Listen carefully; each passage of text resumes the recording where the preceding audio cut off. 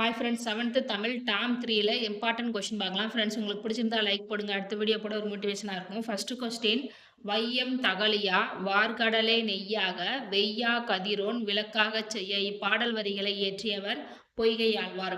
இப்பாடலின் பொருள் என்னன்னா, பூமியை அகல்விளக்காகவும் ஒளிகின்ற கடலை நெய்யாகவும் கதிரவனை சுடராகவும் கொண்டவர் திருமால் என்று இப்பாடல் வரிகள் குறிப்பிடுகிறது. பொய்கையாழ்வார் பிறந்த ஊர் திருவெட்கா, காஞ்சிபுரம் மாவட்டத்தில் உள்ளது. 4000 திவ்ய பிரபந்தத்தில் உள்ள முதல் திருவந்தாதியை பாடியவர் பொய்கையாழ்வார். அன்பே தகலியா ஆர்வமே நெய்யாக இன்புருகு சிந்தை இடுதிரியா. இப்பாடல் வரிகளை இயற்றியவர் பூதத்தாழ்வார். இப்பாடலின் பொருள் என்னன்னா, அன்பை அகல் விளக்காகவும் ஆர்வத்தை நெய்யாகவும் மனதை இடுகின்ற திரியாகவும் கொண்டு திருமாலுக்கு விளக்கு ஏற்றுவதாக பூதத்தாழ்வார் இப்பாடல் வரிகளை ஏற்றியுள்ளார். நெக்ஸ்ட் கொஸ்டின், பூதத்தாழ்வார் பிறந்த இடம் மாமல்லபுரம். 4000 திவ்ய பிரபந்தத்தில் 2ஆம் திருவந்தாதியை இயற்றியவர் பூதத்தாழ்வார். பாடலின் இறுதி எழுத்தோ அசையோ சொல்லோ அடுத்து வரும் பாடலுக்கு முதலாக அமைவது அந்தாதி. 4000 திவ்ய பிரபந்தத்தை தொகுத்தவர் நாதமுனி. முதல் ஆழ்வார்கள் என்பவர்கள் பொய்கை ஆழ்வார், பூதத்தாழ்வார், பேயாழ்வார்.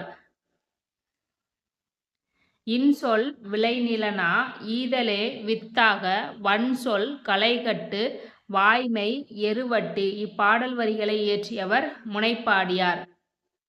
இப்பாடலின் பொருள் என்னன்னா, இனிய சொல்லை விளைநிலமாகவும் ஈகை என்னும் பண்பை விதையாகவும் வன்சொல் என்னும் களையை களைய வேண்டும் எனவும் உண்மை பேசுதல் என்னும் உரத்தினை இட வேண்டும் என்றும் இப்பாடல் வரிகள் குறிப்பிடுகிறது. நெக்ஸ்ட் கொஸ்டின், முனைப்பாடியார் எந்த சமயத்தை சார்ந்தவர்? சமண சமயம்.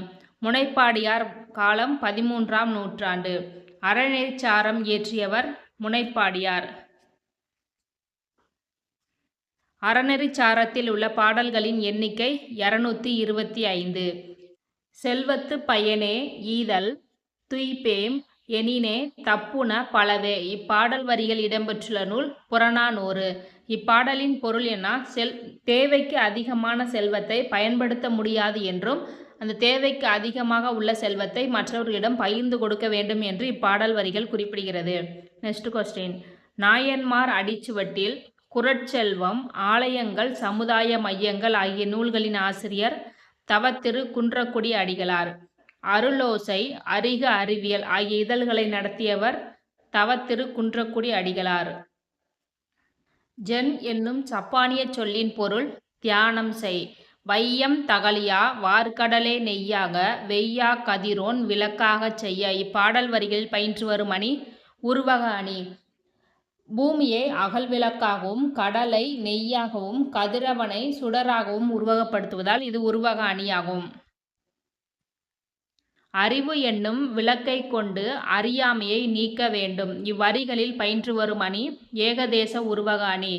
ஏகதேச உருவக அணி என்பது அறிவை விளக்காக உருவகப்படுத்திவிட்டு அறியாமையை இருளாக உருவகப்படுத்தாமல் இருப்பதால் ஏகதேச உருவக அணியாகும். 2 பொருள்களில் ஒன்றுக்கு மட்டுமே உருவகப்படுத்தினால் அது ஏகதேச உருவக அணி. பெருமைக்கும் ஏனை சிறுமைக்கும் தத்தம் கர்மமே கட்டளைக்கல். இக்குறளில் பயின்று வரும் அணி ஏகதேச உருவக அணி.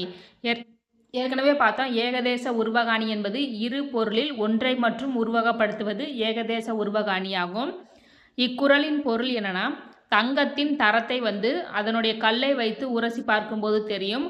அதே போன்று மக்களின் உயர்வுக்கும் தாழ்வுக்கும் அவர்களது செயல்களே காரணம் என்று வள்ளுவர் குறிப்பிடுகிறார். அவர்களுடைய செயலை தங்கத்தை உரசும் கல்லாக உருவகப்படுத்திவிட்டு உயர்வையும் தாழ்வையும் தங்கமாக உருவகப்படுத்தாதால் இது ஏகதேச உருவக அணியாகும். நெக்ஸ்ட் கொஸ்டின், வினையால் வினையாக்கி கோடல் நனைகவுள் யானையால் யானை அதற்று. இக்குறளில் பயின்று வரும் அணி உவமை அணி. இந்த குறளின் பொருள் என்னன்னா, ஒரு யானையை மற்றொரு யானையை கொண்டு பிடிப்பர். அதே போன்று ஒரு செயலை செய்யும் பொழுது மற்றொரு செயலையும் சேர்ந்து செய்ய வேண்டும் என்று உவமையாக குறிப்பிடுவதால் இது உவமை அணியாகும். வாயும் வயிறும் ஆசையில் விழுந்தால் வாழ்க்கை பாலைவனம். இப்பாடல் வரியை இயற்றியவர் கண்ணதாசன். இமைக்கும் போதில் 1000 போட்டி எத்தனை வீண் கனவு தினம் இவை இல்லாது அமைதிகள் செய்தால் இதயம் மலையளவோ. இவ்வரிகளை இயற்றியவர் கண்ணதாசன். தினம் தினம் 1000 போட்டிகளும் கனவுகளும் இருக்கு, அது இல்லாமல் இருந்தால் இதயம் மலையளவு ஆக இருக்கும் என்று கண்ணதாசன் குறிப்பிடுகிறார். கண்ணதாசனின் இயற்பெயர் முத்தையா. கவியரசு என்னும் சிறப்பு பெயர் பெற்றவர் கண்ணதாசன். இயேசுகாவியம் என்னும் நூலின் ஆசிரியர் கண்ணதாசன். மலை பற்றிய பகிர்தல்கள், வீடு முழுக்க வானம், மகளுக்கு சொன்ன கதை ஆகிய நூல்களின் ஆசிரியர் சே. பிருந்தா. பழமையான மொழிகளிலே ஒன்றைத்தான் ஆட்சி மொழியாக வேண்டும் என்றால் அது தமிழ் மொழியாகத்தான் இருக்க வேண்டும் என்று கூறியவர் காயிதே மில்லத். கண்ணியமிகு என்னும் அடைமொழியால் அழைக்கப்பட்டவர் காயிதே மில்லத். காயிதே மில்லத்தின் இயற்பெயர் முகமது இஸ்மாயில்.